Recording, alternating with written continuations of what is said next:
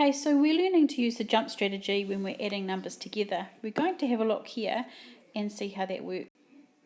Okay, so I've got a number line here, and we want to find out what the answer to 5 plus 3 is. You'll have a look and see that I've got the largest number, so I've got the 5 at the beginning of the equation.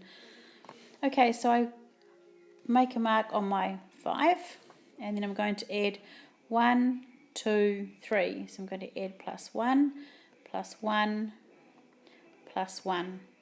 So I can do it that way. I can add add by ones, or I can also go 5 plus 1, 2, 3, and I land on the 8 equals 8. So I know that 5 plus 3 equals 8 using the jump strategy. Okay, so that's using single digit numbers. Okay, let's have a look at this one here. We've got a double digit number and a single digit. We're going to add those together. Okay, again, we've got our 15. We're putting our 15 here, put our finger on that, and then we're going to add 4. So 1, 2, so there will be 16, 17, 18, and 19. So 15 plus 4. 1, 2, 3, 4. Plus 1, plus 1, plus 1, plus 1 equals 19, because we've got 1, 2, 3, 4, and that lands us on 19. So if we're going to look at using harder equations, ones with 2 digits in them, it's just the same strategy that we're going to use. Okay, so we start from the larger number. So if we were looking at 32 plus 25, we'd start at 32. Then we're going to look at 10, and 10 is 20, equals 52. And then we're going to add the value in the tens column. Okay, then step 3 is we add the value in the ones column. Let's see how that looks. So we're going to have a look at adding double digit numbers together and see how that jump strategy works as well. So again, we're going to start from the larger number. So we're going to start from the 32. Then we're going to add 20 this time, because we're adding large numbers. And so 32 plus 20 equals 52. And then the third step is to add the value in the ones column. Okay, so let's see how that works.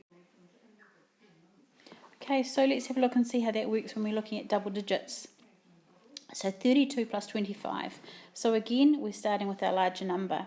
Then we're going to add the value of the tens. So we're going to add the 20. Okay, and you can see that on the chart here. 32 plus 20 equals, then we've got 52. And then we're going to add the value of the ones in the ones column. So we're going to add the 5. So 32 plus 5 is 57. So we can say that 32 plus 25 equals 57 using our jump strategy. Okay, so let's have a look at this equation here. It says 23 plus 15 equals. Okay, so I'm going to use the jump strategy again. So I've got my finger on the 23.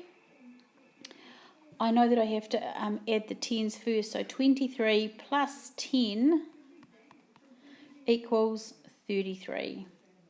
Okay, then I still need to add my ones. So 33 plus 5. So 3 plus 5 equals 8.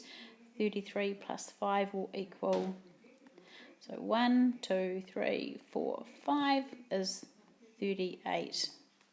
Okay, so plus 5. So that's how it works with double digits. Okay, let's have another look at another double digit added to a double digit. So we've got 46. Our number is 46, and you can see that we've got the largest number, because it's always easy to add the smaller number to a larger number. Okay, so we've got 46, and we're going to go to, we're going to add our tens. So 46 plus 20. So I know that 40 plus 20 is 60, plus our 6 here lands us on 66. And then we're going to add our single digit in our ones column, plus 2, 1, 2. Which takes us to 68, or we could just go one jump, plus 2 takes us to 68. Whoops. Okay,